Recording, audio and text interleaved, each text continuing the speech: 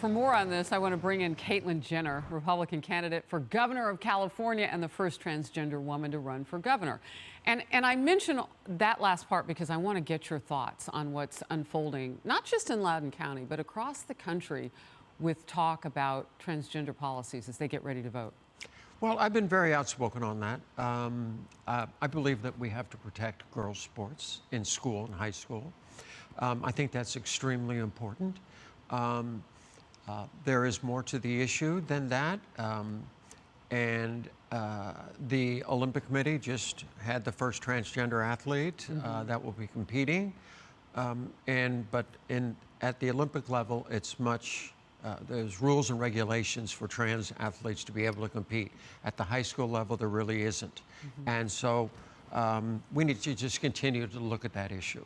Yeah. What about critical race theory? I know that's something that you've been pretty vocal on. Well, I was just watching that, and I feel for those parents. If I become governor there, I will do everything to fight critical race theory being taught to our children. This generation coming up is probably the least racist generation, the most open-minded generation in the history of our country. You know, we don't need to set them back and try to teach them racism. And so I am totally 100% against that. The reason I'm running for governor is because I'm standing up.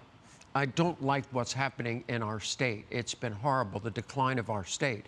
And I'm proud of those people down there that they, you know what, they're standing up. They're trying to make a difference, and I encourage that. Yeah, I want to get to some of the news headlines, but real quickly, just bumper sticker it for me. What is Caitlyn Jenner's political brand? Because you don't have a political track record. We can't see how you would vote on policy. So what's your brand? And that's a good thing. I am an outsider. I totally agree with you. I am a total outsider, okay? And running as a Republican in the bluest of blue states. But I go in there. I don't owe one special interest in Sacramento. I don't owe them one favor.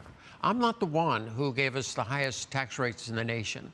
I'm not the one who put 21.2 million words of regulations on the people and the businesses of California. They did that. I'm coming in as an outsider. I consider myself kind of a compassionate disruptor. Okay. I want to go in there and I want to shake the system up. Yeah.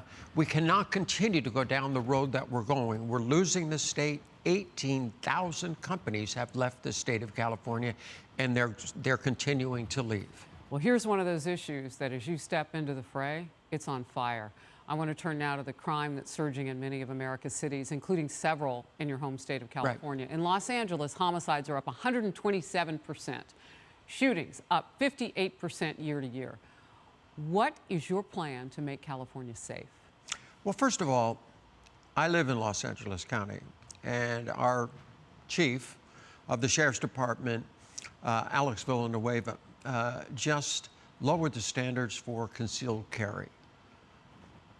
I saw the interview that he did, and it was almost like he didn't want to do it, but you know what he said? People have to protect themselves nowadays, because you know what? Our poor police force has been so demonized over the years. I support our law enforcement 100%. In fact, I go down the street and I see a police officer, I give them a thumbs up, I shake their hand, I say, hey, thank you for your service. I try to do everything that I can, and I support them.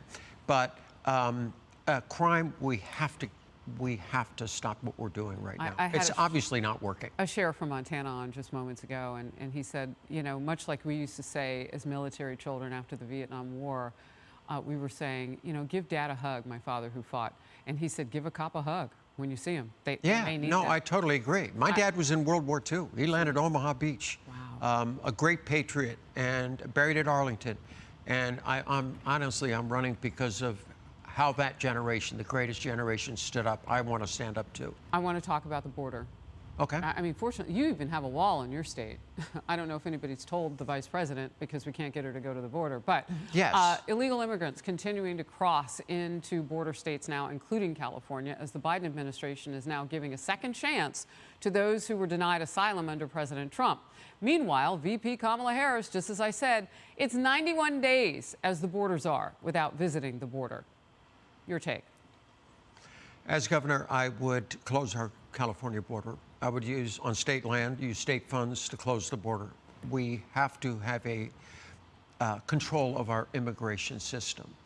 And as you know, just a couple of weeks ago, the Supreme Court said in a 9-0 decision that anybody who comes into this country illegally under the TAPS program, the temporary protected status, they are not eligible for citizenship. They have to leave the country and come in the right way. If anybody is in the state of California and they're here illegally and get arrested, they're gone. Out with the bad. But there's a lot of great immigrants in Southern California. Great people. I know so many of them. Who are here legally. That are here legally. Some maybe not, but they've been here for so long. So are you for amnesty? And they are a vibrant part of our economy. They're a vibrant part of our state. And so, Caitlyn, are they need to get legal protection to be able to stay. So you're for amnesty? In those cases, yes. If they've been here, they've been good citizens, I am all for them. I want them to stay. We've got to wrap. Last quick question. You know, governors are held to a different standard, perhaps, than we've ever seen before. I mean, people are looking at them more than ever. Could that person be president? And maybe they always have, but it seems like we're focused. Many of them are Democrats. You've got Andrew Cuomo here in New York and all of the multiple investigations. Right. And you've got Gavin Newsom in your state, and you're running again.